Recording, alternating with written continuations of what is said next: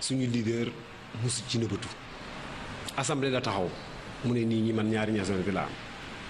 Xavier Diatta directeur exécutif bu Alliance pour la citoyenneté et le travail jàpp na ne député yi amuñu sañ-sañu sax wote loi boo xam ni mën naa nërmeel réew mi mbaa mu taal ko. dañu foog ne di gën a important aujourd'hui c'est les élections législatives et on n'en est pas là.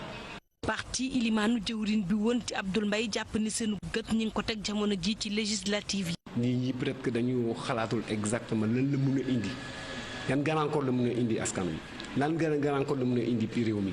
man dama foog ne député yi ñoom seen bopp sax duñ ko woote parce que dafa nekk ay parlementaires d'abord dama foog ne dañu bëgg seen réew donc du ñu dugg ci ay problèmes yoo xamante ne mën na indi gàllankoor réew mi. ci lu soxal passeport ni ki noonu tere gi ñu tere Abdoul Mbaye mu génn réew mi ñoom ñi bokk ci parteem jàpp ne duñ ci àddu dañuy xaar ba yoon jël ci dogal ba noppi.